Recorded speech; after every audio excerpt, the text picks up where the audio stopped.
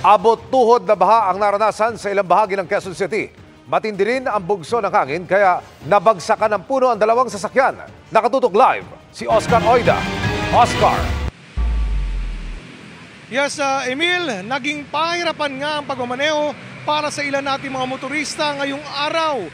Ito'y matapos malubog sa baha ang ilang lugar dito sa Quezon City. Kasagsagan ng malakas sa ulan pasado alas 11 ng umaga nang bumagsak ang puno sa panulukan ng Maginhawa at Malingap Street sa Teachers Village, Quezon City.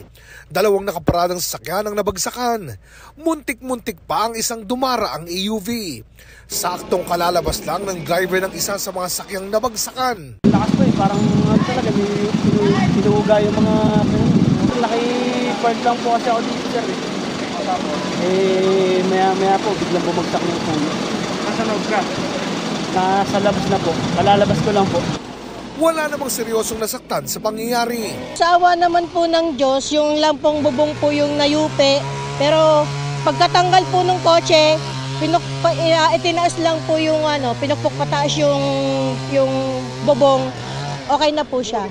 Dahil pa rin sa lakas ng ulan, kung kaya binaha ang ibang bahagi ng Quezon City. Gutter deep ang baha sa Timog Avenue corner Scout Tobias. Mas mataas naman ang baha sa bahaging ito ng Araneta Avenue. Kaya ang mga sasakyan dahan-dahan sa paglusong. May mga parte pang hanggang tuhod na ang baha. Kaya ang ilang sasakyan di na nangahas pa. Ang ilang naglakas loob, tumirik.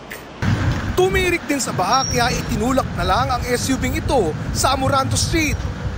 Hanggang bewang naman umano ang inabot ng baha sa may Santo Domingo. Kaya ang mga sakyan, maski ilang truck, nagmaniobra na lang at di na tumuloy. Sa mga sandaling ito, Emil, dito sa may Araneta Avenue, bagamat possible na ang karamihan sa mga lugar, may mga ilang lugar pa rin na medyo may mataas pa rin tubig. Katulad dito sa may Barangay Santo Domingo. Emil? Maraming salamat, Oscar Oida.